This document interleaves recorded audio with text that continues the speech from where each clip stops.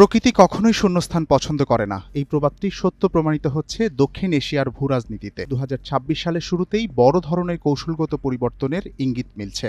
বিশেষ করে বাংলাদেশ ও ভারতের দীর্ঘদিনের ঘনিষ্ঠ সম্পর্কের টানাপোড়েন তৈরি হওয়ায় সেই শূন্যতা পূরণে দ্রুত এগিয়ে আসছে চীন।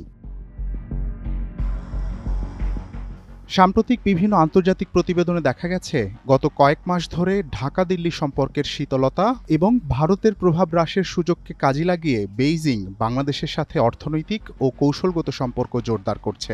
অবকাঠামো উন্নয়ন, বাণিজ্য সম্প্রসারণ এবং বিনিয়োগ সহযোগিতায় চীন এখন বাংলাদেশের অন্যতম প্রধান অংশীদার হয়ে উঠছে।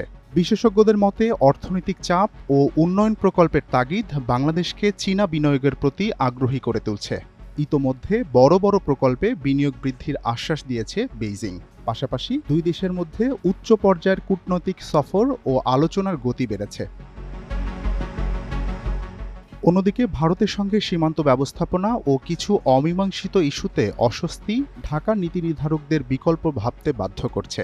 এতে করে ভারতের নেইবারহুড ফার্স্ট নীতির কেন্দ্রবিন্দুতে থাকা বাংলাদেশে দিল্লির প্রভাব প্রশ্নের মুখে পড়ছে।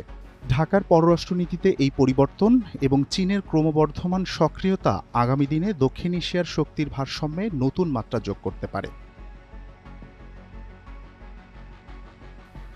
Text report, Times today.